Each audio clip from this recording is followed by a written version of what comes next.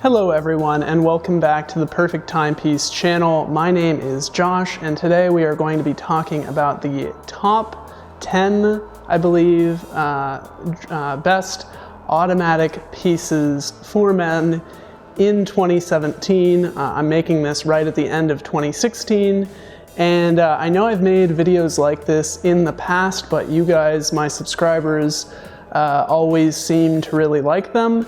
And I tried to do something a little bit different this time to make it more interesting. So I picked 2 watches from the diving category, 2 watches from the pilot category, 2 dress watches, and 2 field watches.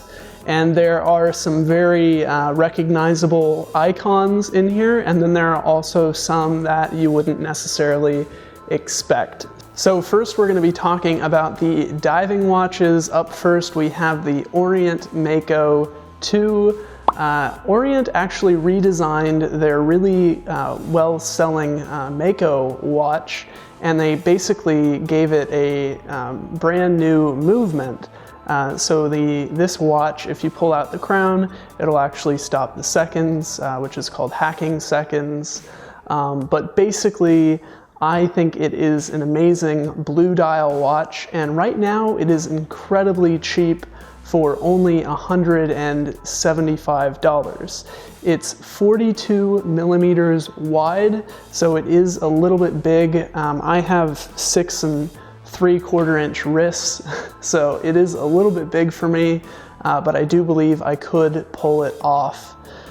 It does have a 120 click unidirectional diving bezel, which is a very nice touch, and I really can't fault this watch in any major area given its very low price, under $200, which is like mind-blowing to me.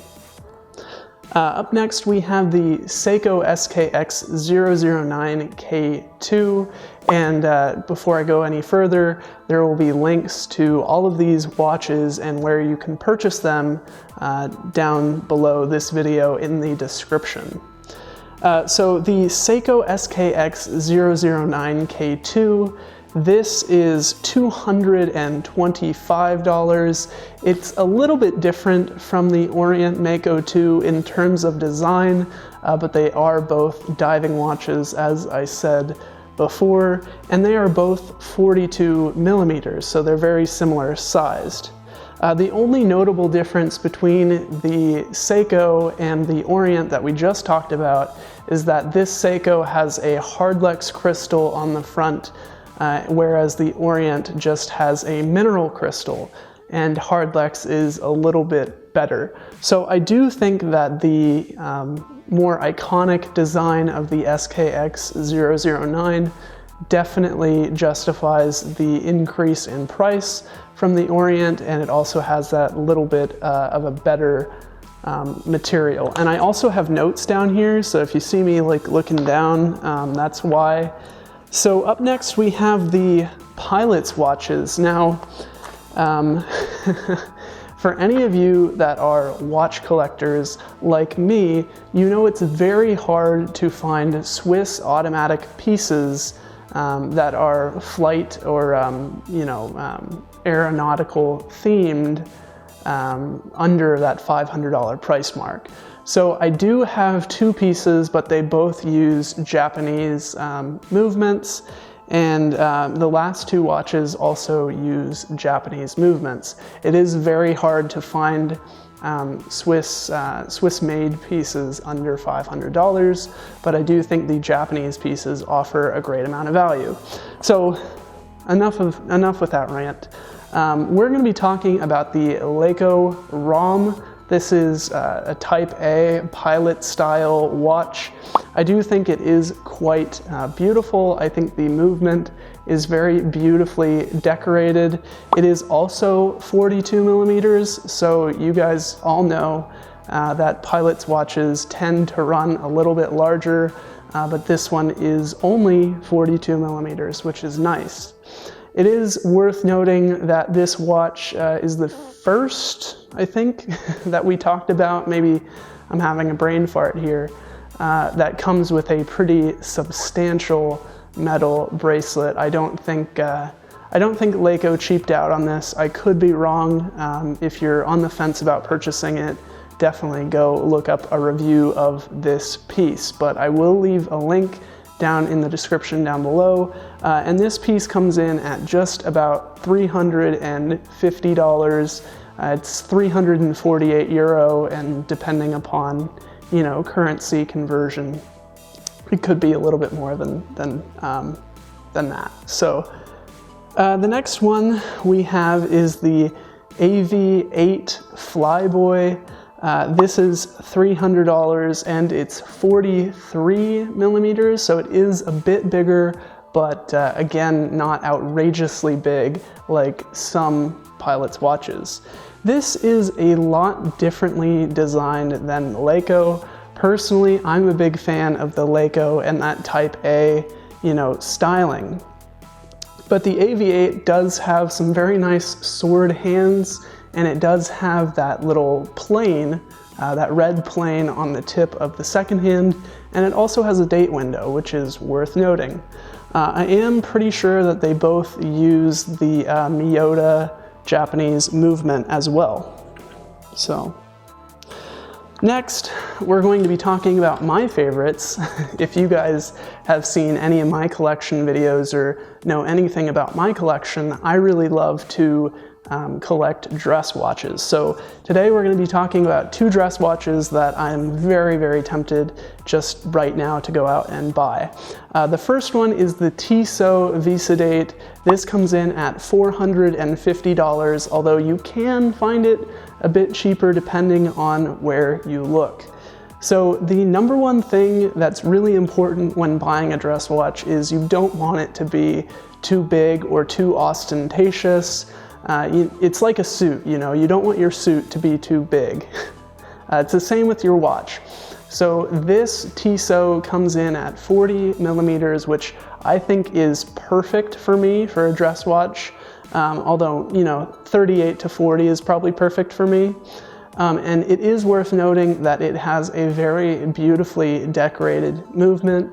They use, I think, a pretty standard ETA movement, but they do decorate the rotor, or, you know, the thing that winds the watch, and it looks amazing.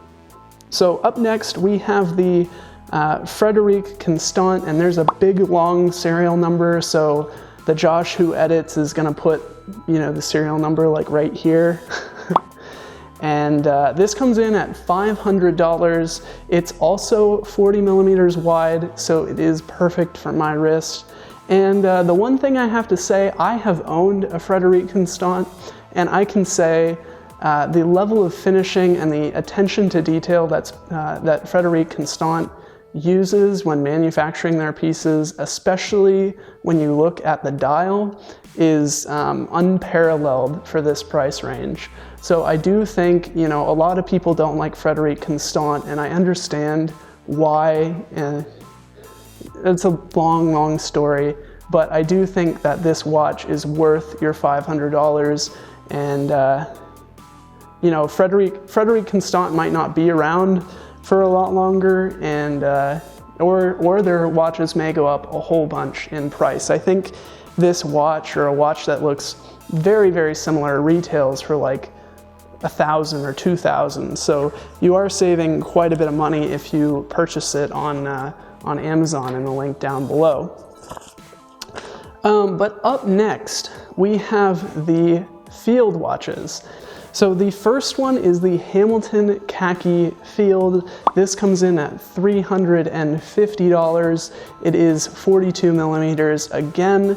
And one thing I'd like to say about this watch that I'm wearing today is a Hamilton, and I think I have owned, or actually I've reviewed a few more Hamiltons, and I do think that their quality is pretty good for the price, especially for $350. You could pay double that and not see a giant increase in quality. So I do think that this watch is worth your money if you're interested in the field styling of the watch.